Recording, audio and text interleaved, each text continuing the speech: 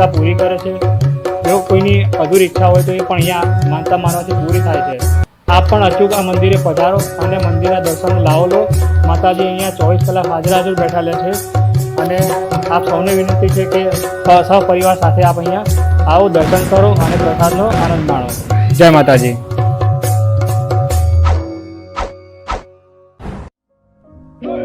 Raindrops, drop top, talk smoking, no cooking, no hot. You fucking on your bitch, yeah, that.